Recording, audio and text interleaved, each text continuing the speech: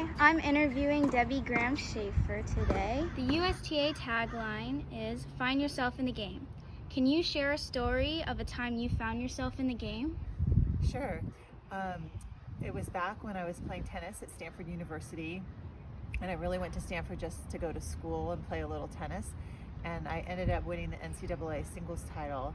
And when I won that, I decided that I actually wanted to play professional tennis and pursue tennis a little bit at a higher level. Can you share a story of a significant obstacle you had to overcome in your tennis career and how you used it to grow? Yeah, so when I was playing tennis in 1995, I was playing at Wimbledon, and I developed like a pain in my left calf. And I went and saw the trainers, and the trainers thought I had a pulled muscle, so they were working on it and rubbing it and the whole thing. And so I thought I had just injured my leg.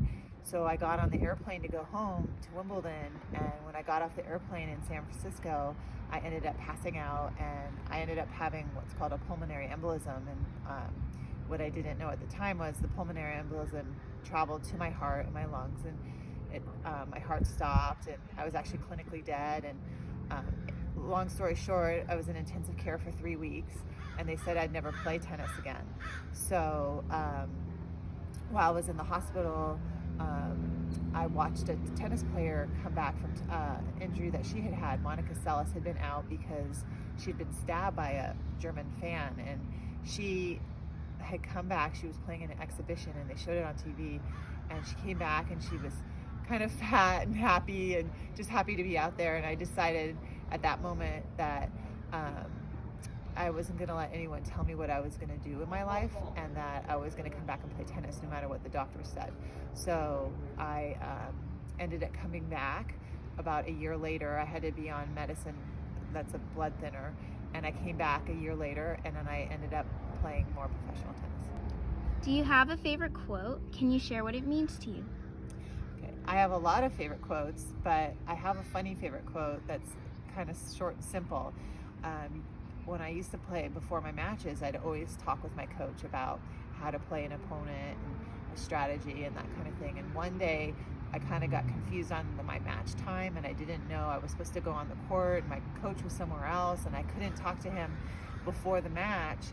And I was walking out to my court, and he saw me, and he's like, "What are you doing? You're going on?" And I said, "Yeah, I'm going on."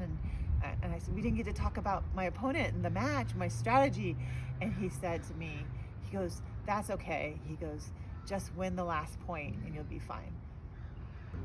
Do you have a tennis mentor? Can you share a story of how they've helped guide you and what advice they've given you? Yes, my tennis mentor is Billie Jean King. I met her when I was 9 years old, and I was playing in a free clinic at a club, and she was running it.